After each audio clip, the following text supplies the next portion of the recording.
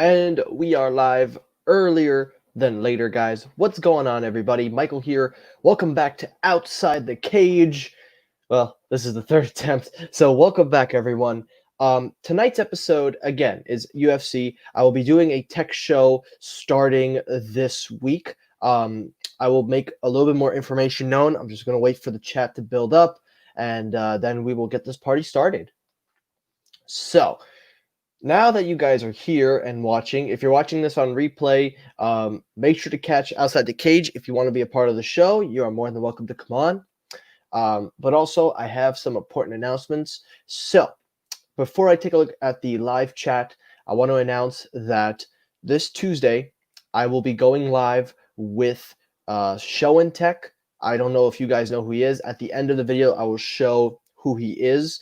And so that way you guys can see exactly who he is and who I'll be going live with. I just want to say that I'm actually very excited for that.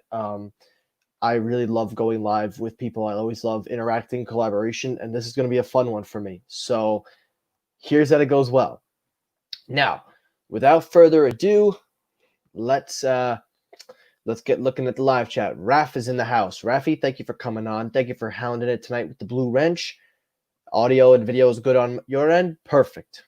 All right, so that we'll leave it at that. We'll let it build up. Now, tonight, Sam is not available, unfortunately. However, thankfully, I've done this before. I've been on my own, so I'm actually pretty excited. So, without further ado, let's get it going. So, before we talk about the pay-per-view from last night, I just want to say that I do think it's important to discuss what was I going to talk? I forgot what I was about to say. I just wanted to address what's going on right now with the UFC, the current status of Jon Jones, and what's happening with the whole dispute. So, the last time I talked, I explained that Jon Jones and Dana White were in a little bit of a scuffle. Basically, they're trying to get more pay. He is trying to argue, Dana White, well, things are not looking too well, and I will pull it up here. And today we just got an update on the situation, and it is not very, very pleasant to look at. So, without further ado, first story up, Jon Jones has come out and said that he will relinquish the light heavyweight. I'm sorry, I forgot that. But he will relinquish the belt. So, according to Jon Jones, the reason that he says this is because he's getting fed up with Dana White and his tactics. And the truth be told is that Dana White, listen, I've seen the situation unfold, and I'm going to be honest. I really don't want to pick a side because I don't think there should be sides. I think both sides are respectively telling the truth in their own rights, and both of them are also lying. However, Jon Jones has come out and made a couple of tweets saying that how Dana White has tarnished his name, how Dana White has ruined his reputation as a champion. Dana White came out and said, well, hold on. If there's anybody that did anything, you did it yourself. And he's true. Jon Jones ruined his reputation. Dana White did nothing. But long story short, Jon Jones has now said that he is looking to relinquish the light heavyweight title. Now, at first glance, you're probably saying, oh, he's not serious. This is probably another gimmick. Well, according to Ariel Helwani, the most reliable source from ESPN, it looks like Jones is very serious about this. He says that he is willing to he's really willing not to be a champion anymore unless he gets the pay that he deserves. And this whole situation has kind of escalated to a point where now it's starting to get very serious. So I don't want to focus too heavily on this because I want to move right to the post-show of what happened last night and then get down to the fantasy matchups, the fantasy stuff. But I will say this. If Jon Jones is really serious about relinquishing the title and really serious about wanting to finish whatever, all I can say to Jon Jones is this. My man, you're a champion. If you think you're worth that much, do what you got to do. But don't sit there and lie and say Dana White did things to you. He didn't. You chose to take drugs. You chose to beat a woman. You chose to carry an armed gun in your car. You chose to drive around drunk. So don't say Dana White didn't. Don't say he did tarnish your reputation. You did that all on your own. And it would be easier if Sam was here so I can get another opinion in. But I think at this point, I don't want to focus too heavily on it because this is Jon Jones we're talking about. So I'm going to move right on with Jon Jones. So now let's go to Fight Night. Now, this honestly was a great fight night, in my opinion. This was one of the better fight nights that I have seen. And Ref, I see that, it's such a drama. It really is drama, and that's the way to put it. Now, in UFC Fight Night Woodley versus Burns, this was a good fight night card, and I think it delivered, especially since we're living in a very weird time with no sports. So this card delivered, and next week we have 250, which Friday night I will be doing a predictions video with Sam, and hopefully any more people that want to come on. But I will focus only on the Tyron Woodley and the Gilbert Burns fight, but I will say these other fights were also very good. I was really happy of the fact that only 1 or 2 fights of the regular card only made it to the third round, and for the most part, they were entertaining, guys. I know I look like I'm a little tired tonight, guys, but today I did a lot of work, so I apologize if I'm not the most enthusiastic. I apologize. But my favorite matchup of the night was actually, believe it or not, the catchweight bout between Billy Quarantillo and Spike Carlisle. That was a good, fun fight. Honestly, I was laughing. So this fight was my favorite fight of the night. But as I promised, let's focus on Tyron Woodley and Gilbert Burns. So this fight, guys, I cannot believe what I saw last night.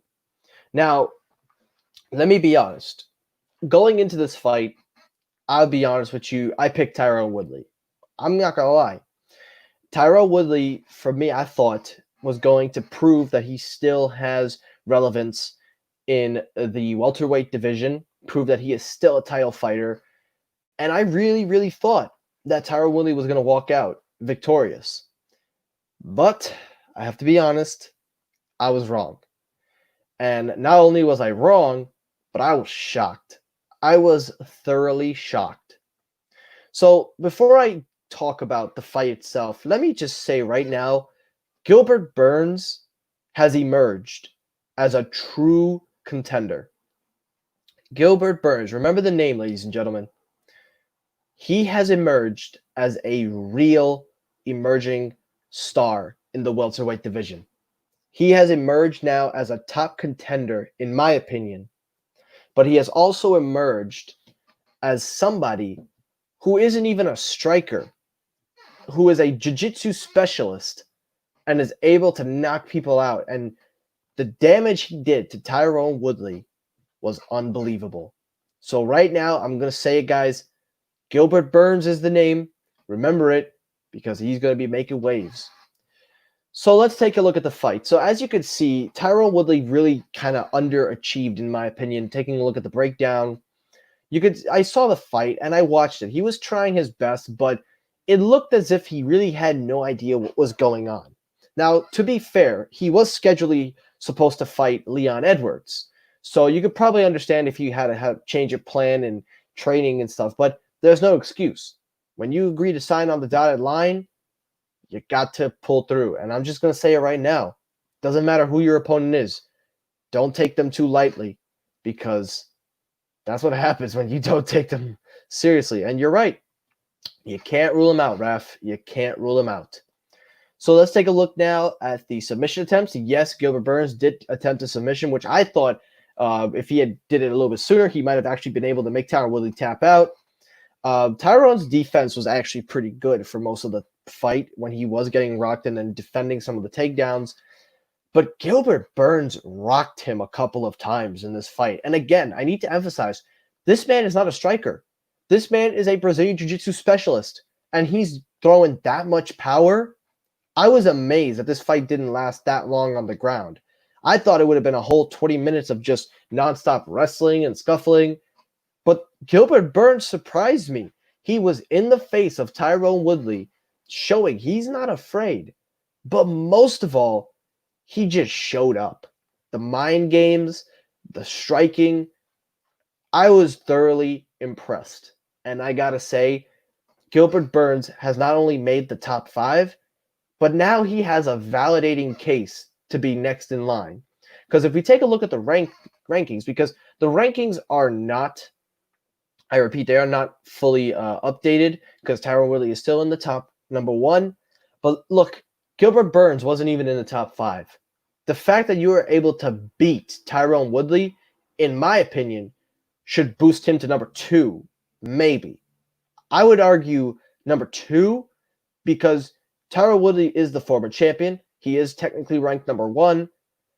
And in my opinion, if you're able to beat the number 1 welterweight in the division, you probably should be at that number 1 spot. But considering that you haven't fought two well-established names like Colby Covington, Leon Edwards, I would say number 2 would be perfect for you.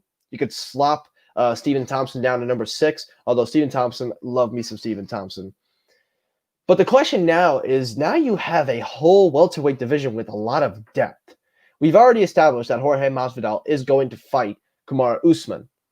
So, in my opinion, if Gilbert Burns wants to take the number 1 spot and you swap Tyrone Woodley, I don't know how you do this because this is a weird ranking. We'll see how they do it. It's kind of hard for me to do it or say it, but I will say this.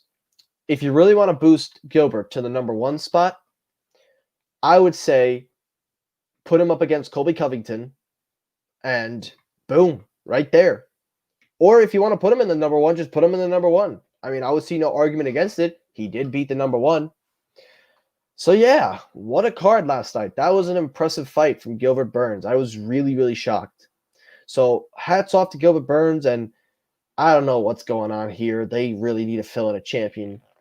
So now let's continue with what I said of the other night about the fantasy matchups. So as you know, we were in the middle of doing it when video went dead for some reason.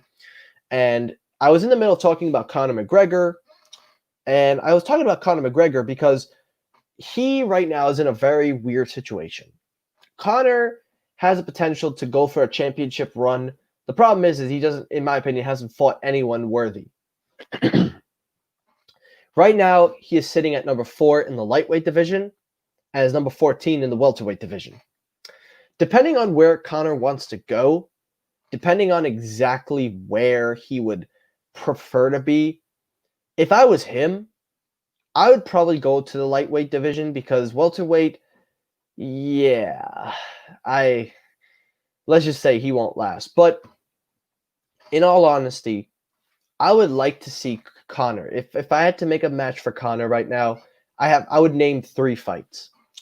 I would name him against Nate Diaz in welterweight, or maybe 155, up to the matchmakers. I would like to see the trilogy fight. I would like to see him maybe take on Dustin Poirier, but as we know, he is fighting Dan Hooker. But if the fight was present, you could fight Dustin Poirier. Or if you really, really wanted to pull this off, Jorge Masvidal. I'm just saying it. I'm just being a fan for tonight. Because Conor really needs a contender. He needs a contender name to be in the championship count. Originally, it was Justin Gaethje. I don't know, because this is a tough situation. Because Conor, if he does take one of these fights, there's a chance he will lose, and it will definitely bring him down lower. And to answer your question, Raph, is he that popular? Yeah, Raph, he is that popular. He's one of the best trash talkers in my opinion, in the sport. He's one of the best to do it. But with that said, though, fighting Cowboy doesn't do nothing for you. It just is a comeback win, an easy comeback win. And fighting a guy like Jorge Masvidal with a lot of rep on his name, not only is a good fight, a money fight, but it could qualify you for the welterweight title fight if you really wanted to go for it, or either way. I mean, I'm being honest. Conor could go for anybody. I would prefer to see him fight Dustin Poirier because Poirier is technically the 3rd ranked. He's the top 3. Originally, he was number 2, and Tony was number 1. But then, of course, Gaethje became number 1 when he won that interim belt. But I would have said Ferguson, but Ferguson is injured, so there's no telling when he's coming back.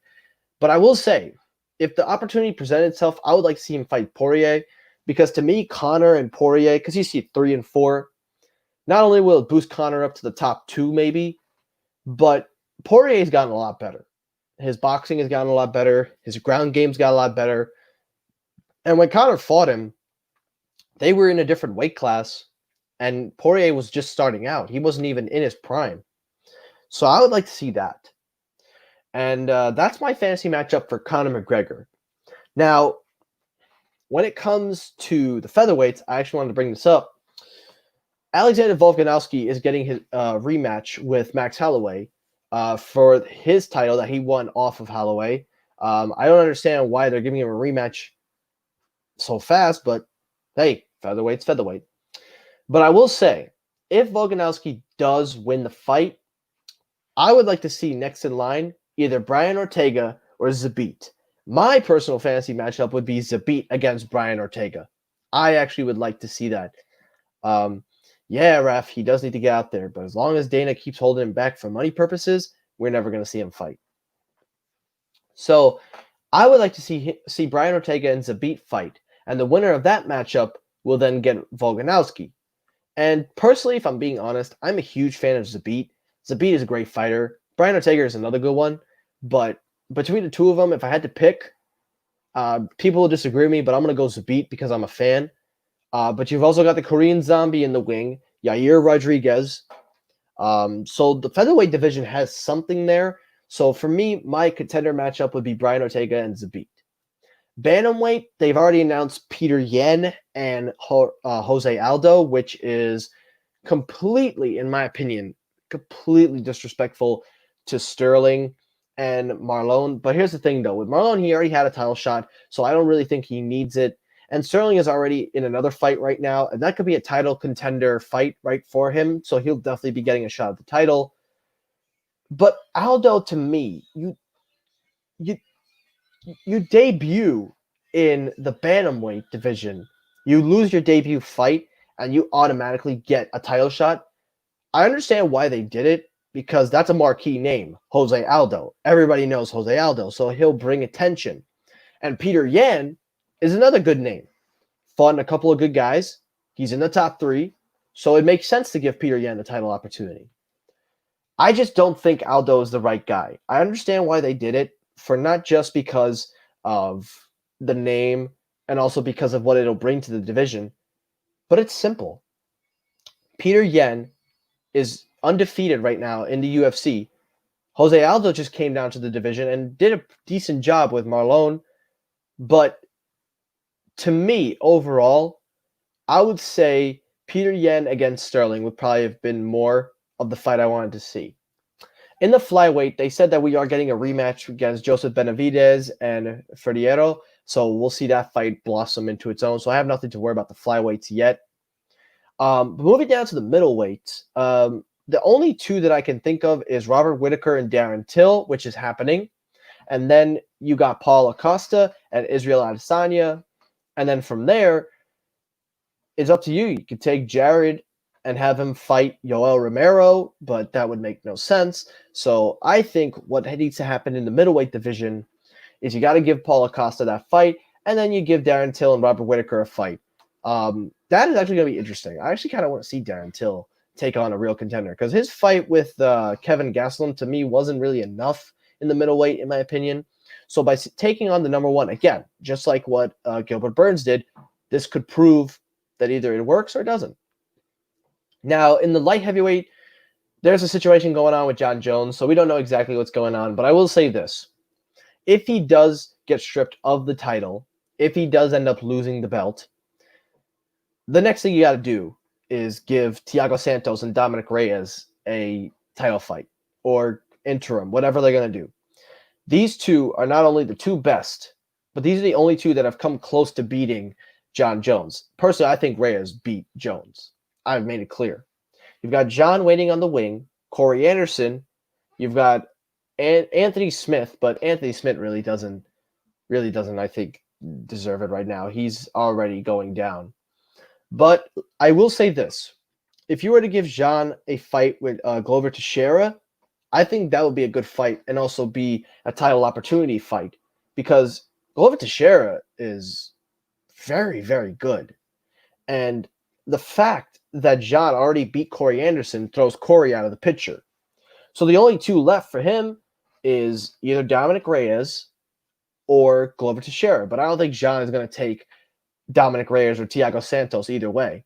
So give him the fight with Glover Teixeira, and then boom, you've got your title opportunity open for a fighter. That's just my opinion. And you've got a couple of other names in the light heavyweight division, but we got to see how far the division goes in terms of depth.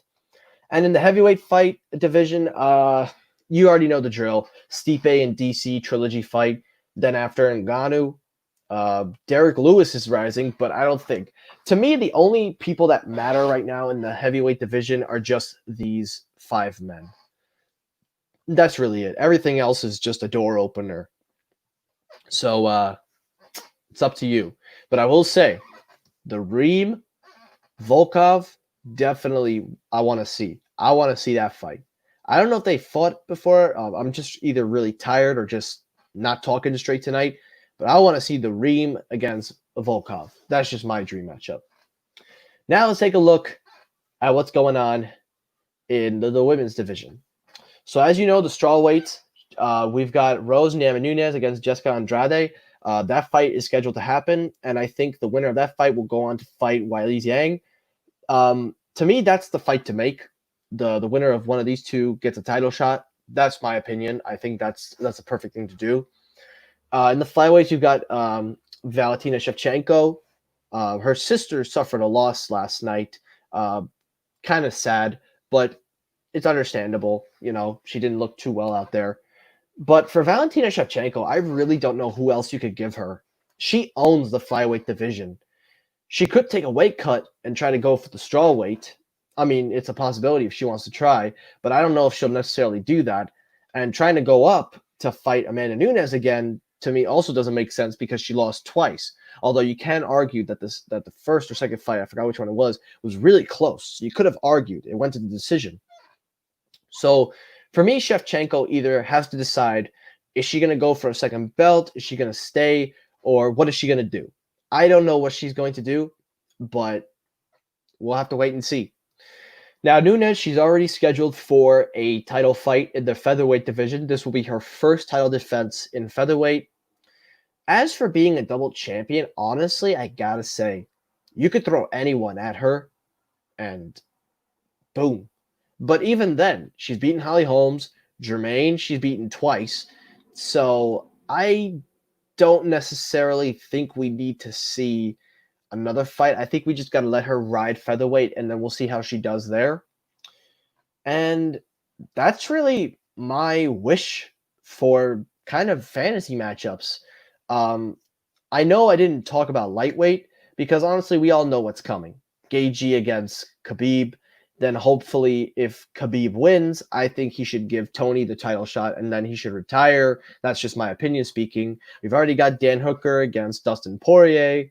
Don't even ask me about Kevin Lee because Kevin Lee's not coming back for a while. Islam Makhachev is on the rise as well. You got a couple of rising stars coming in, so it's interesting to see where the division goes. But that's really my wish list for kind of where I sit on what fights I would like to see happen. I doubt all of them are going to be made, but hey, sometimes you get lucky, sometimes you don't. And I guess this is it for the live stream. Now, before I end this, to those of you watching, I want to say thank you for watching. And I want to give you guys a reminder, this Tuesday night, I will be going live once again, doing a live episode of Technoid, but I will be joined by a special guest. I want to just take this moment to shout him out if he is watching this tonight. The YouTuber that I will be going live with Tuesday night, so you're definitely going to want to keep an eye out. As I said at the beginning of the video, Show and Tech. So let me pull him up real fast. Show and Tech is a great guy, great YouTuber. I don't know how he found me. I actually found him. So here he is. This is his channel. I have been subscribed to him. For the most part, he is a reviewing YouTuber. does tech just like me, although I think he does it a little bit better than me, I'm being honest. Better quality anyway. I'm still learning, guys. But he does a lot of great videos. He did the iPhone SE 2020. I haven't been able to keep up with his videos, but I've been meaning to watch some of them. So sorry, Showen. But he does a lot of headphone reviews, mostly from Soundcore. Um, I think personally his videos are excellent. I think he makes some great videos, and I'm super excited to, excuse me, I'm actually super excited to go live with him. Um, I can't believe I'm getting the opportunity to go live with him.